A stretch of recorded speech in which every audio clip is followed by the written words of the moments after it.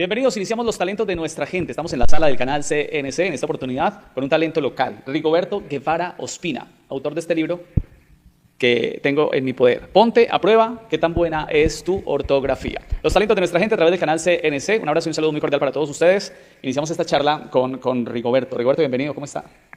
Juan, muy buenos días, muchas gracias, muy contento de estar aquí. Es para mí un honor, un privilegio estar aquí con ustedes en esta charla que vamos a iniciar. Muy bien, ¿dónde nació? Bueno, yo nací aquí en Cartago el 16 de abril de 1960. Pues mi abuela me decía que yo nací por barrio Collarejo, yo no sé dónde queda, pues hace tiempo que no voy. Que no está radicado acá en Cartago, en el barrio Collarejo. ¿Y hasta qué edad recuerda haber vivido aquí? Bueno, yo viví aquí por espacio hasta los 7 años.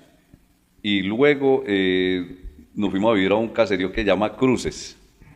Y de ahí de Cruces ya se fueron a vivir mi papá, mi mamá, a Pereira, y pues ahí me he radicado allá, en Cruces, yendo hacia Obando, ¿no? Sí, eso es que aquí después de Muy Zaragoza. cerquita. Un abrazo para la gente de Cruces. Y luego a la ciudad de Pereira, y allí hizo gran parte de la vida. Bueno, yo empecé allá pues desde los 7, 8 años empecé a estudiar allá. Yo hice lo que fue el primero y el segundo en la escuelita de Cruces, aquí después de Zaragoza. Y ahí. Resulta que cuando yo llegué a Pereira, cuando me llevaron a Pereira, a uno lo recibían en primero, tenía que tener unos 7 años. Y yo no tenía los 7 años, pero yo ya sabía leer y escribir, entonces allá le ponían a uno problema que hasta que cumplía los 7 años.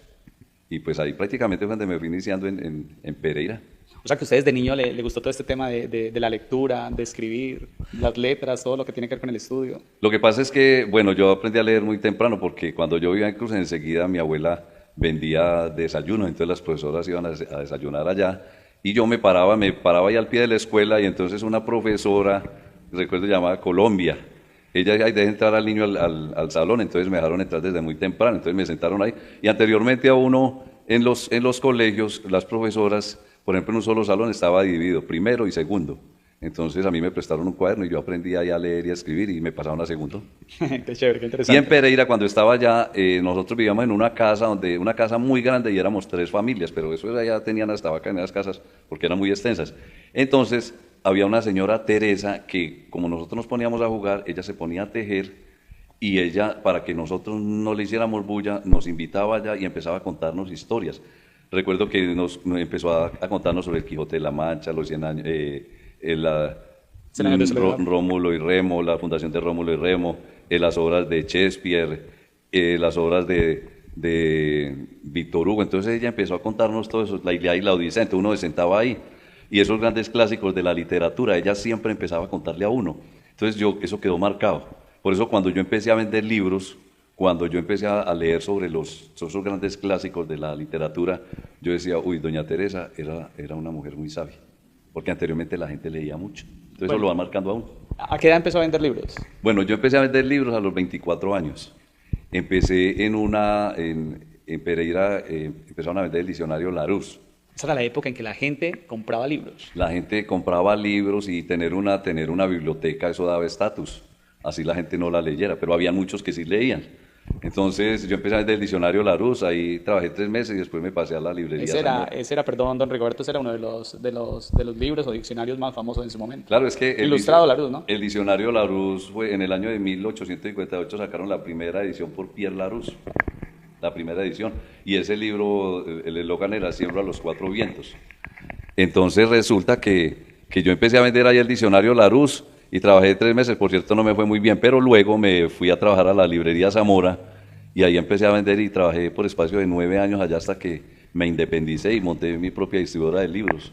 Entonces tuve oficina en Cartago, Manizales, Armenia, hasta que llegó prácticamente el internet. Entonces eso fue un boom donde todo el mundo quería, era el internet, no, yo no quiero enciclopedia, Entonces empezaron las devoluciones y pues al salirse los vendedores se iban a vender internet.